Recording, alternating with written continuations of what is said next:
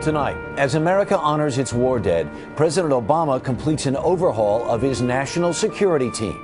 I'm Harry Smith. Also tonight, where she stops, nobody knows. Sarah Palin hops on the bus and leaves the country guessing about where she's headed. Answering the call in Joplin, an army of volunteers is helping tornado victims dig out.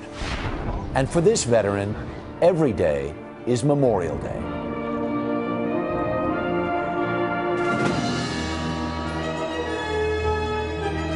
This is the CBS Evening News. Good evening. They answered the call to duty and gave their lives. Today, Americans paid tribute to them.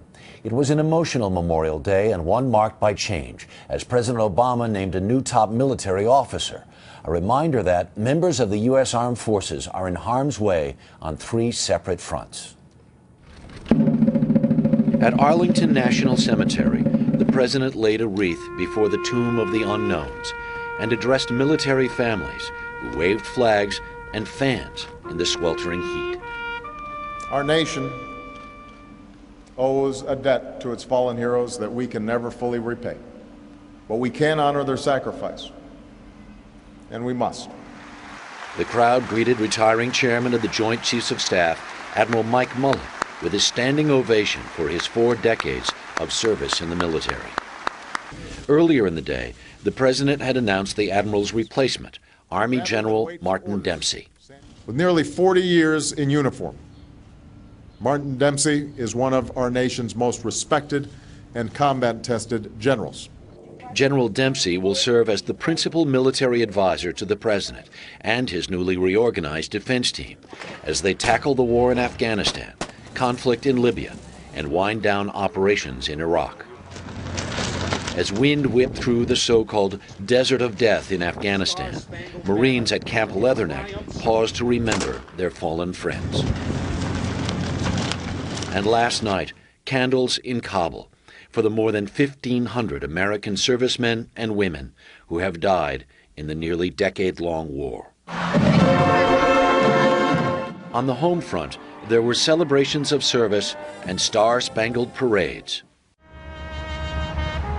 And there were somber moments like this one at Fort Snelling in Minnesota, where 308 white crosses represent the lives of soldiers lost from that community since 9/11.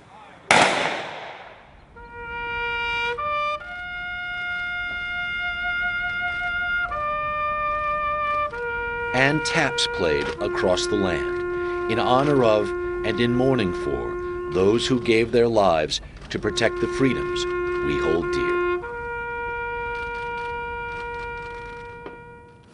The long war continues in Afghanistan. Today, Taliban suicide bombers struck a city in the west that had been relatively quiet. A car bomb exploded at an Italian army base in Herat near the border with Iran.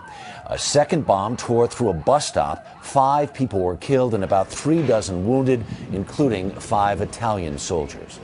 On the eastern edge of Afghanistan in Paktika province, this Memorial Day found American troops in combat and getting ready for more. Mandy Clark is with them. It's the end of the day at the combat outpost here in Marga, which is right near the Pakistani border.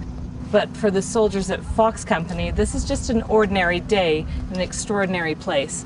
We're just 2 miles away from the Pakistani border. Now these soldiers are preparing for the influx of insurgents that come every spring, because this time of year is known as the fighting season. There were ceremonies across Afghanistan to mark Memorial Day. We gotta move, guys. But for most soldiers here, they're here to fight, and casualties are still coming in hard and fast.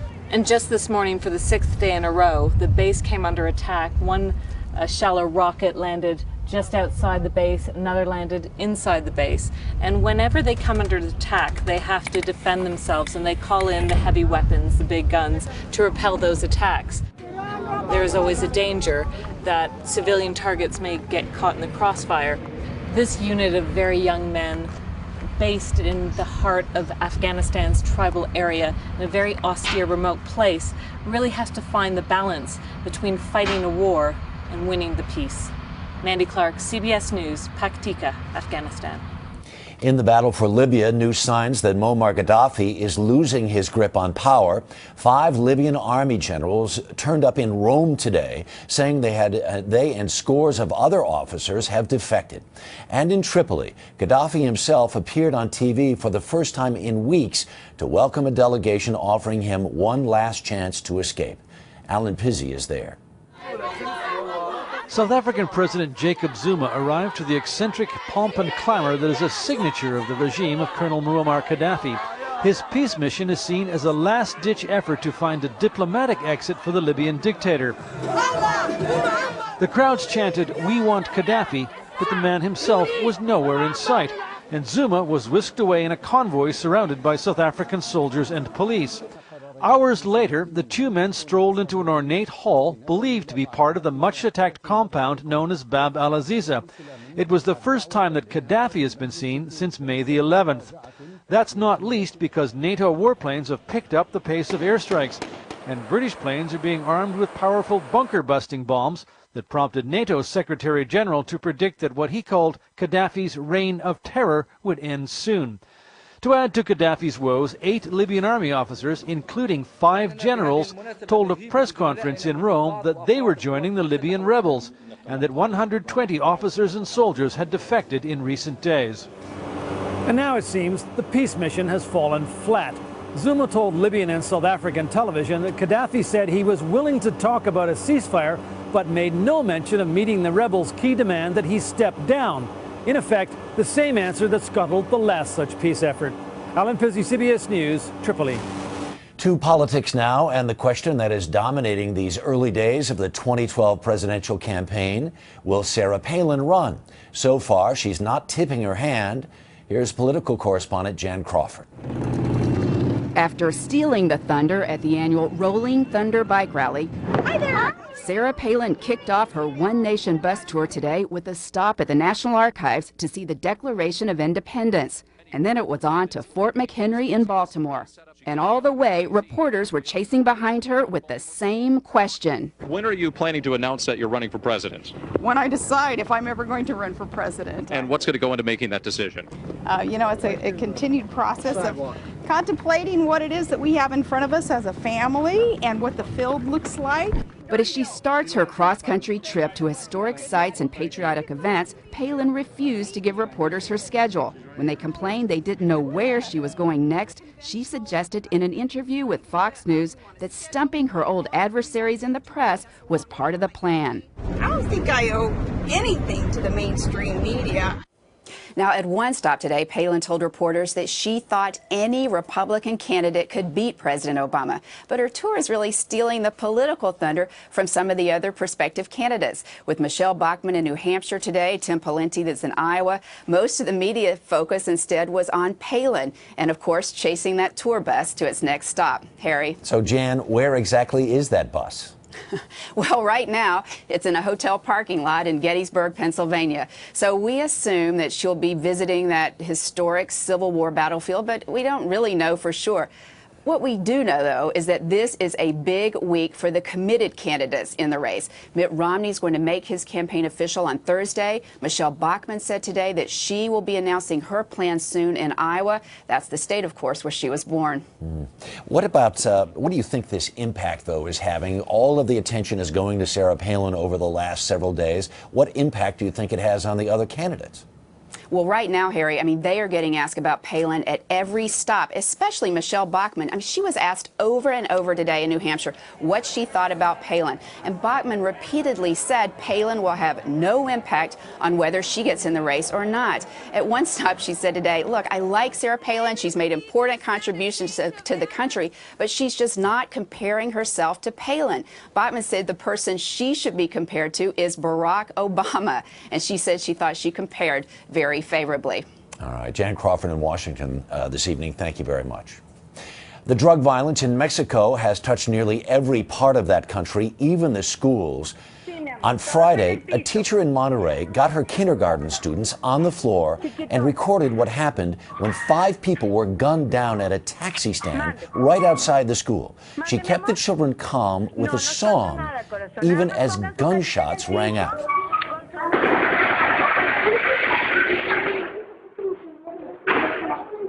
¿Vamos a cantar una canción? Sí. Vamos a cantar la de... Ya sé cuál. Si las gotas de lluvia fueran de chocolate, me encantaría estar ahí. ¿Quién quiere chocolate? Yo. That teacher was honored today with a certificate praising her outstanding civic courage. And there was a barrage of bullets early today in Miami's South Beach. Police traded fire with a man in a car who had raced down a crowded block after an apparent drive-by shooting. What you were seeing was caught on video from a nearby high-rise. The man was killed and 3 officers and 4 bystanders were wounded. Coming up next on the CBS Evening News, she lost nearly everything to the tornado in Joplin, but strangers helped her recover what mattered most. Plus, he's flown thousands of American flags, but none as special as this one.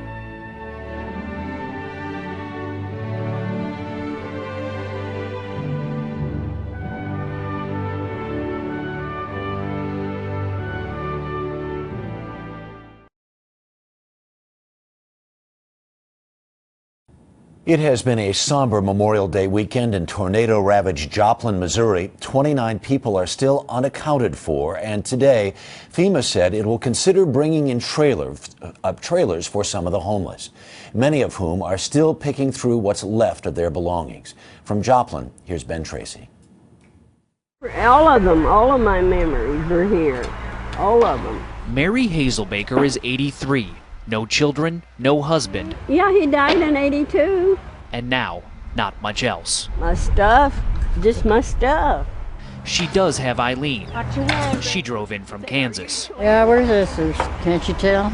But this mess is too big for 2 sisters to handle. I'm sore too, and I didn't do a whole lot. Yet shortly after the tornado left, help arrived. We prayed that morning that if there was a need, that we would know it. And God works these things out. Tammy Davis and her son Daniel, Daniel, can you get that one? heard about Mary on the radio. They showed up, even if this isn't where a 12-year-old wants to spend his holiday weekend. Well, I would rather be places, that's the honest truth, but it just is a good feeling to be out here helping her. That looks like keepsakes. Mary lived here for 50 years. She had countless things, but only cares about one box. What's in that box? Pictures. Stuff you want to see. Yeah, pictures that I can't replace. That's all we're looking for. Suddenly, about 30 volunteers appear. I don't know them, but that don't make no difference. I like them. They lift Mary's furniture and her spirits. On behalf of the disaster, that we'd like to I sure appreciate it. And we'd like to pray with you. But when there is so much need, Amen. Help has to keep moving. They had to go help somebody else. I don't know what I'm going to do. I know. Do you want to take a break? Huh? It's okay. It's okay. They're going to take care of you. I had another nice thing. I know you did. The Davis family took Mary in for 5 nights and then got her into this home set up for tornado victims. You're going to be all right. I'm blessed. I'm just blessed. And when Mary's new friends came to see her today, Hey, I got something to show you. they had found a certain box My marriage license. with Mary's memories and her pictures. I don't know what I would have done. If it hadn't have been for her, I don't know what I would have done. You've had lots and lots of people loving on you. So you may be wondering how Mary survived the tornado. Well, she wasn't home at the time. She was actually at church and huddled in a closet. And now today, a church group said they're going to rebuild Mary's house right here for free. Harry. Ben Tracy in Joplin. Thanks. A sad update now from our story from Joplin on Friday. We told you about Deanne Hayward, a mother of 3, last seen leaving to pick up pizza for her son's graduation party. After a week of searching, the family says it received a call from officials last night confirming her death. Jim Tressel, one of college football's most successful coaches, resigned today as head coach at Ohio State University. In 2002, Tressel led the Buckeyes to their first national championship in 34 years, but his years there were clouded by scandal. Recently, the NCAA fined and suspended Tressel for 5 games for turning a blind eye to rules violations, which included players trading team collectibles for tattoos and cash. When we come back, American kids building a school in the Himalayas. What brought them there is a story all in itself.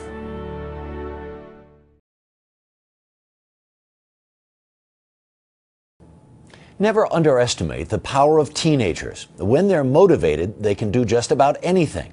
And Michelle Miller found someone who is inspiring thousands of young achievers. In this rural village in Nepal, these American teens are digging a foundation for the future, a school for kids half a world away. They're here because of this man, Jim Zalowski. 20 years ago, while backpacking in Nepal, he was moved by the opening of a new school there. It was a 2-day celebration, 48 straight hours. They never went home. He returned home to a corporate job in New York, but couldn't let go of the images of hope he'd seen amidst all the poverty. I saw what they're dealing with on a day-to-day basis, and I realized we had to do something and give them a way to take action. B4. In 1991, he did take action right in his own backyard.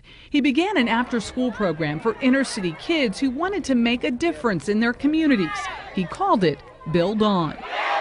The organization is now 20,000 strong. On any given Saturday, you can find Build On teens feeding the homeless, playing cards with the elderly, and caring for the disabled.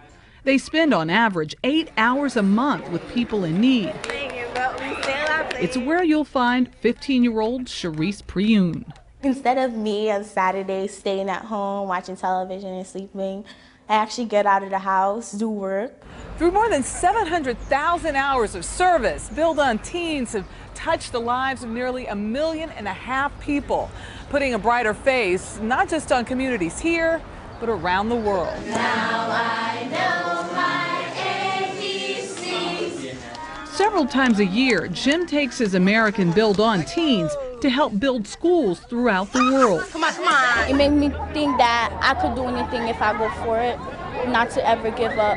They just broke ground on their 400th school, with plans to build 60 more this year alone. We will not stop until we have reached out to every one of the schools and given students an opportunity to transform their communities. And empowering a new generation to move forward by giving back. Michelle Miller, CBS News, New York. Up next, the American spirit, a veteran and one grand old flag. Tonight's American Spirit segment is sponsored by new Bayer Advanced Aspirin. Extra strength pain relief, twice as fast as before.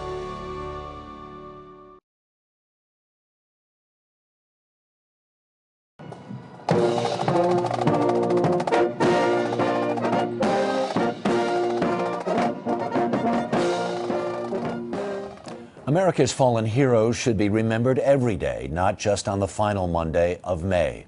At the southern tip of New Jersey, there's a veteran who keeps their memory alive night after night. National correspondent Jim Axelrod pays a return visit in tonight's American Spirit. In a way, every day is Memorial Day for Marvin Hume. Welcome to Sunset Beach.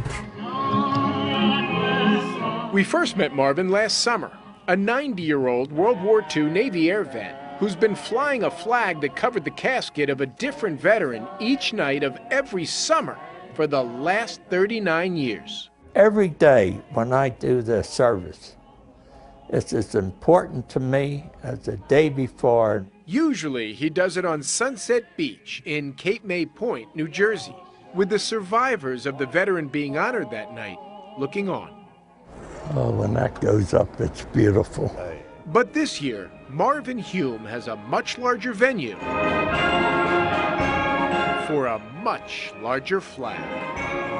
The Patriot flag, 30 by 56 feet, has traveled nearly 90,000 miles from Alaska to Montana to Florida to honor our troops as well as those who perished on 9/11. I've flown flags of men that were in battle, lost their life, and I have personal feelings for every one that I fly. But this then magnifies it. Just as he's done more than 6,000 times in the last 4 decades, he helped raise the flag as it made its way back through New Jersey. He is a gift. He's a gift to us. He's a gift to our country. For the next 3.5 months, the Patriot flag will travel the country, leading up to this 10th anniversary of 9/11. On that day, it will move between Shanksville, Pennsylvania, the Pentagon, and New York. This will demonstrate the bond that exists in this country. And this flag has really proves to everyone the strength of this country. A flag that honors the fallen and thanks their survivors for their loved ones' sacrifice, just like this man does every summer's day. Jim Axelrod, CBS News, New York. That's the CBS Evening News. I'm Harry Smith in New York. Thank you for watching. We'll see you again tomorrow night.